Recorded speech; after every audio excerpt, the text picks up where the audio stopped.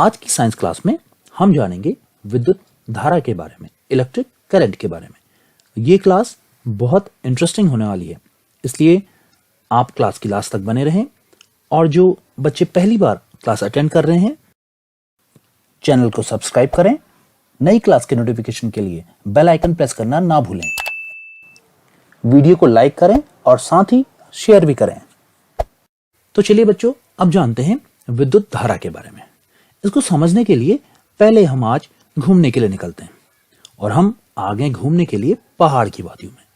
आप में से बहुत सारे बच्चे पहाड़ घूमने के लिए कभी ना कभी गए होंगे, और अगर नहीं भी गए हैं तो आप में से बहुत सारे बच्चों ने पहाड़ के बारे में और इन पहाड़ों से बहते हुए झरनों के बारे में टीवी में तो जरूरी देखा होगा। तो बच्चों, अगर हम इस झरने की बात करें जो इस पहाड़ की चोटी से नीचे को बह रहा है, तो आप देख रहे होंगे कि ये एक जलधारा बना रहा है, जल की धारा बना रहा है। और ये जलधारा नीचे को क्यों बह रही है? क्योंकि आप जानते हैं, आपने पिछली क्लासेस में पढ़ा है, यहां पर एक ऊर्जा का स्रोत है, एक ऊर्जा है जो कि है पोटेंशियल एनर्जी, स्थितिज ऊर्जा। तो हम कह सकते हैं स्थितिज ऊर्जा के कारण इस पानी में एक बहाव आ गया, ये नीचे को बहने लगा और ये बन गया जलधारा। ठीक ऐसे ही देखिए बच्चों, अगर मान लीजिए एक हाइपोथेटिकल एग्जांपल है आपके सामने। मान लीजिए ये कोई एक एनर्जी सोर्स है, जैसा कि यहां पर जो सोर्स ऑफ एनर्जी था वो थी पोटेंशियल एनर्जी। ठीक वैसे ही मान लीजिए ये एक सोर्स ऑफ एनर्जी है और हमने इससे एक मेटल की रॉड को कनेक्ट किया हुआ है। ये मान लीजिए एक मेटल की रॉड है जो कि कंडक्टर है, एक चालक है। अब इस मेटल की रॉड को हमने इस सोर्स ऑफ एनर्जी से कनेक्ट किया है और मान लीजिए कि हम इसमें एनर्जी को फ्लो करते हैं, और अगर हमारे पास कोई एक ऐसा स्विच होता जिससे हम इस मेटल के अंदर झांक सकते, तो हम कुछ इस प्रकार का देखते हैं। देखिए कैसे, कुछ इस प्रकार का। तो हम पाते हैं कि ये जो मेटल की रॉड है, इसमें इलेक्ट्रॉन्स फ्रीली कुछ इस प्रकार से मूव कर रहे हैं। तो हम ये कह सकते हैं, जिस प्रकार से वाटर का फ्लो करना वाटर करंट कहलाता है, ठीक उसी प्रकार से किसी कंडक्टर वायर में इलेक्ट्रॉन का फ्लो करना इलेक्ट्रिक करंट कहलाता है। चलिए इस इलेक्ट्रॉन के फ्लो को थोड़ा और डिटेल से समझने के लिए अब हम चलते हैं अपने क्लासरूम में। तो बच्चों, ये आ गए हम अपने क्लासरूम में। यह एक मेटल का टुकड़ा, और इसमें आप देख रहे हैं ये जो फ्रीली मूव कर रहे हैं ये हैं इलेक्ट्रॉन्स। ये इलेक्ट्रॉन्स बच्चों इस मेटल में कुछ इस प्रकार से फ्रीली मूव कर रहे हैं। अब इसकी कल्पना कीजिए बिल्कुल अपने से, जैसे आप लोग जब स्कूल में जाते हैं तो आप प्लेग्राउंड में कुछ इस प्रकार से फ्रीली मूव कर रहे होते हैं, और तब तक मूव करते रहते हैं जब तक कि आपके कोई फिजिकल एजुकेशन के सर वहां नहीं पहुंच जाते। अब कल्पना कीजिए कि आपके फिजिकल एजुकेशन के सर वहां पहुंच गए और वो आपसे कहते हैं, फोर्सफुली कहते हैं, एक डायरेक्शन में जाओ और उस डायरेक्शन में सभी बच्चे लाइन अप हो जाएं और उसी डायरेक्शन में आगे को बढ़े, जैसे कि यहां ये सर कह रहे हैं आपसे। तो आप क्या करेंगे? अब आप ऐसे मूव नहीं करेंगे, अब आपका मूवमेंट कुछ इस प्रकार का होने वाला है। कैसे? देखिए, इस प्रकार का। क्योंकि आपके सर ने कहा, एक आपको डायरेक्शन दे दिया, आपको एक फोर्सफुली एक डायरेक्शन दिया, तो आप उस डायरेक्शन में मूव करने लग गए। ठीक इसी प्रकार बच्चों, मेटल में इलेक्ट्रॉन्स का तब होता है जब उस मेटल को हम एक एनर्जी सोर्स से जोड़ देते हैं। इस एनर्जी सोर्स के बारे में हम अपनी आने वाली क्लासेस में जानेंगे।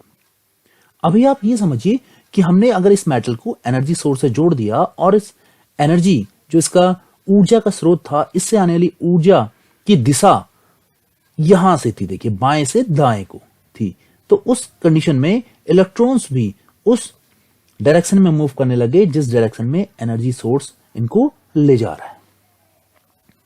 तो बच्चों, इसे ही हम कहते हैं इलेक्ट्रिक करंट, यानी कि इलेक्ट्रॉन का प्रवाह होना, किसी चालक तार में इलेक्ट्रॉन का प्रवाह होना इलेक्ट्रिक करंट या विद्युत धारा कहलाता है। चलिए इसको नोट करके देख लेते हैं। यह हो गया, किसी धात्विक चालक में इलेक्ट्रॉन का प्रवाह विद्युत धारा कहलाता है। अब यहां यह समझने वाली बात भी जरूरी है कि केवल इलेक्ट्रॉन का प्रवाह ही विद्युत धारा नहीं है, इलेक्ट्रॉन के साथ चार्ज भी फ्लो करता है, आवेश। आप जानते हैं इलेक्ट्रॉन एक ऋण आवेशित कण है, तो हम कह सकते हैं कि इलेक्ट्रॉन के साथ चार्ज भी फ्लो कर रहा है। तो बच्चों, इस प्रकार से इलेक्ट्रॉन के साथ जो चार्ज फ्लो कर रहा है, उस चार्ज के फ्लो करने को ही इलेक्ट्रिक करंट कहते हैं। तो हम नोट कर लेते हैं, किसी धात्विक चालक में आवेश के प्रवाह को विद्युत धारा कहते हैं। देखिए यहां पर क्लियर है कि आवेश का प्रवाह होगा, यानी कि चार्ज का फ्लो होना इलेक्ट्रिक करंट कहलाता है। अब यहां पर एक इंटरेस्टिंग फैक्ट आपको मैं बताता हूं। देखिए यहां जो ये इलेक्ट्रॉन्स आपको मूव करते हुए दिखाई दे रहे हैं, ये आपको अभी मान लीजिए ये लेफ्ट हैंड साइड है और ये राइट हैंड साइड है। तो हम कहेंगे कि इलेक्ट्रॉन की जो प्रवाह की दिशा है वो कुछ इस प्रकार से, देखिए यहां से यहां को। और आप जानते हैं कि इलेक्ट्रॉन एक ऋण आवेशित कण है, तो इसका अर्थ ये हुआ कि इलेक्ट्रॉन अभी ऋण से धन की ओर को जा रहे हैं, यानी कि नेगेटिव चार्ज से पॉजिटिव चार्ज की ओर को फ्लो कर रहे हैं। तो हम कह सकते हैं कि ये हिस्सा अगर मान लीजिए नेगेटिव है, तो इधर की ओर को जहां कोई फ्लो कर रहे हैं ये है पॉजिटिव डायरेक्शन इसका। तो आप देख रहे हैं कि इलेक्ट्रॉन हमेशा नेगेटिव से पॉजिटिव की ओर को मूव करेंगे। लेकिन अब मैं आपको बात बताऊं कि जब इलेक्ट्रिसिटी इन्वेंट हुई थी उस समय ये तो पता लग गया था कि दो टाइप के चार्ज हैं, एक है नेगेटिव और एक है पॉजिटिव। लेकिन इलेक्ट्रॉन्स के बारे में तब कोई जानकारी नहीं थी। तो बच्चों तब ये मान लिया गया कि इलेक्ट्रिसिटी फ्लो करती है पॉजिटिव डायरेक्शन से नेगेटिव डायरेक्शन की ओर, यानी कि कुछ इस प्रकार से। देखिए किस प्रकार से, इस प्रकार से। ये है परंपरागत मान्यता, conventional direction of electric current. ये है परंपरागत मान्यता के अनुसार कि विद्युत धारा की दिशा पॉजिटिव से नेगेटिव चार्ज की ओर को होगी, यानी कि धन आवेश से ऋण आवेश की ओर को विद्युत धारा हमेशा फ्लो करेगी। ऐसा क्यों माना गया? क्योंकि उस समय इलेक्ट्रॉन के बारे में कोई जानकारी नहीं थी। लेकिन अभी हमें यह जानकारी है कि इलेक्ट्रॉन्स फ्लो करते हैं नेगेटिव से पॉजिटिव को। तो हम ये तो समझ गए हैं कि जो इलेक्ट्रॉन का फ्लो है वो नेगेटिव से पॉजिटिव को है। लेकिन जब आप अभी आने वाली क्लासेस में देखेंगे, इलेक्ट्रिक सर्किट के बारे में जानेंगे, तब आप वहां पाएंगे कि इलेक्ट्रिसिटी का जो आप फ्लो दिखाएंगे, इलेक्ट्रिक करंट का जो डायरेक्शन शो करेंगे, आप वहां हमेशा उसे पॉजिटिव से नेगेटिव डायरेक्शन को शो करेंगे, क्योंकि तब हम उस समय परंपरागत मान्यता के अनुसार ही डायरेक्शन को फॉलो करते हैं। तो ये भी आपको ध्यान रहे कि परंपरागत मान्यता के अनुसार इलेक्ट्रिसिटी का जो डायरेक्शन है, परंपरागत मान्यता के अनुसार विद्युत धारा की दिशा इलेक्ट्रॉन के प्रवाह की दिशा के विपरीत दिशा में होती है। अब हम समझते हैं इस आवेश के बारे में। आखिर में ये आवेश कितना है जो एक इलेक्ट्रॉन में फ्लो हो रहा है। चलिए इसको जानने के लिए हम देखते हैं कि एक इलेक्ट्रॉन का आवेश कितना है। तो ये समझ लीजिए, यहां देखिए एक इलेक्ट्रॉन पर आवेश होता है 1.6 इंटू 10⁻⁻19। अब इसके पीछे कोई यूनिट होगी, तो यहां आप नोट भी कर लेंगे कि आवेश की यूनिट होती है कूलाम्ब, और जिसे C से डिनोट करते हैं।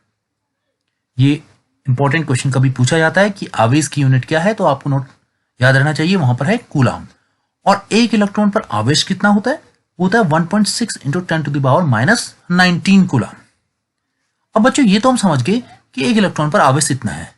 लेकिन अगर मैं आपसे पूछ दूं कि एक कूलाम्ब आवेश में इलेक्ट्रॉन की संख्या कितनी होगी, अब मैंने उल्टा पूछ दिया आपसे। ये भी कई बार पूछा जाता है कि बताइए एक कूलाम्ब आवेश में इलेक्ट्रॉन कितने होंगे। तो कितने इलेक्ट्रॉन होंगे? बड़ा इजी है इसको कैलकुलेट करना। आप कैसे कैलकुलेट करेंगे इसको? देखिए यहां हो गया एक कूलाम्ब आवेश में इलेक्ट्रॉन की संख्या हो जाएगी 1/1.6 इंटू 10⁻⁻19। ये हो गया एक कूलाम्ब आवेश में इलेक्ट्रॉनों की संख्या। अब आपको निकालना है, इसे कैलकुलेट करना है आपने कि कितने इलेक्ट्रॉन्स होंगे एक कूलाम्ब आवेश में। कैसे कैलकुलेट करेंगे इसको आप? बड़ा इजी है इसको कैलकुलेट करना। देखिए कैसे, यहां देखिए डिनोमिनेटर में है 10⁻⁻19। अगर आप इस 10⁻⁻19 को न्यूमरेटर में ले जाएंगे तो क्या होगा?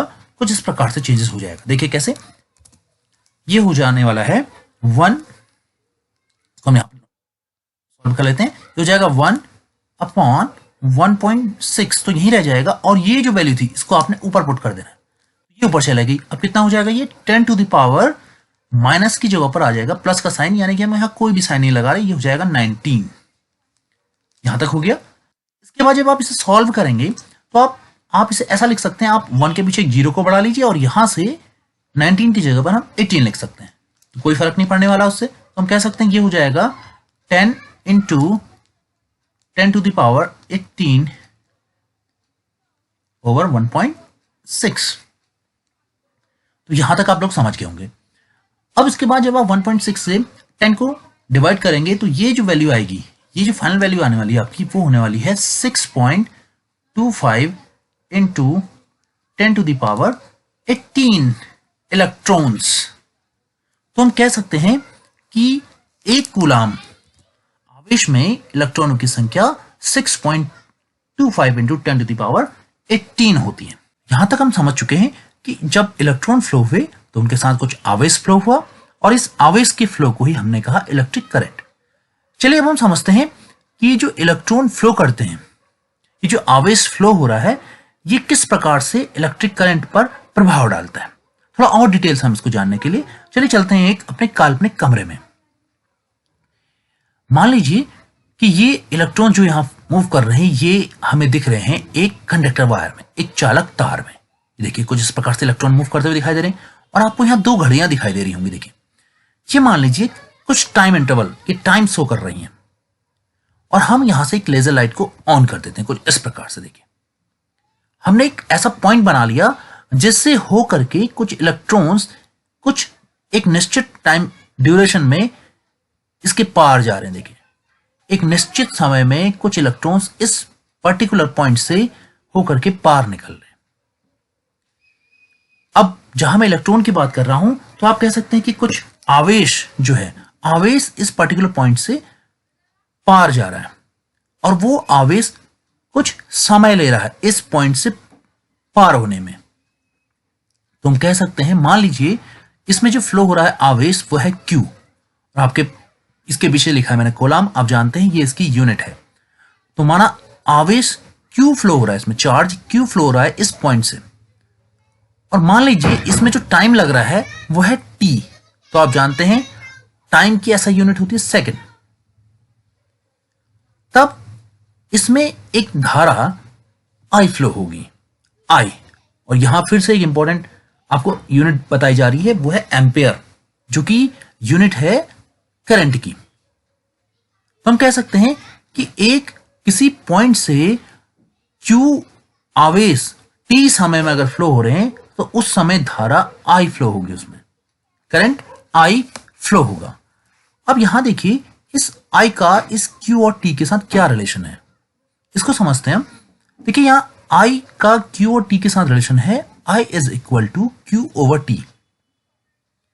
हम कह सकते हैं एक निश्चित समय अंतराल में जितना आवेश इस पर्टिकुलर पॉइंट से फ्लो करेगा वो कहलाएगा इंटेंसिटी ऑफ करंट, धारा की तीव्रता कहलाएगा।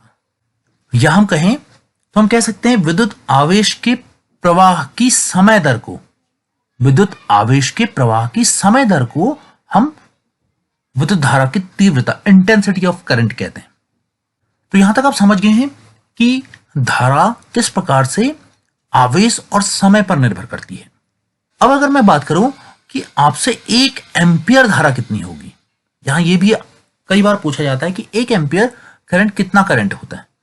तो देखिए 1 एम्पियर करंट का मीनिंग क्या हो गया कि 1 एम्पियर, 1 एम्पियर करंट वो करंट है यदि 1 सेकंड तक 1 कूलाम आवेश प्रवाहित हो किसी चालक तार में, तो वहां पर जो धारा प्रवाहित होगी वो होगी 1 एम्पियर की। इसको भी आप लोग नोट कर लेंगे। यहां लिखा है यदि किसी चालक तार में 1 कूलाम आवेश 1 सेकंड तक प्रवाहित होता है तो उस चालक में प्रवाहित धारा का मान 1 एम्पियर होता है। तो यहां से हम समझ गए हैं कि 1 एम्पियर क्या है। अब एक छोटा सा न्यूमेरिकल और ले लेते हैं। अगर मैं आपसे पूछूं कि 1 एम्पियर धारा में इलेक्ट्रॉनों की संख्या कितनी होगी, इसको कैलकुलेट कीजिए। तो ये भी बड़ा आसान है, ये पूछा भी जा सकता है आपसे कि 1 एम्पियर में कितने इलेक्ट्रॉन होंगे। देखिए अभी तक हम जो जानते हैं वो है I = Q/T।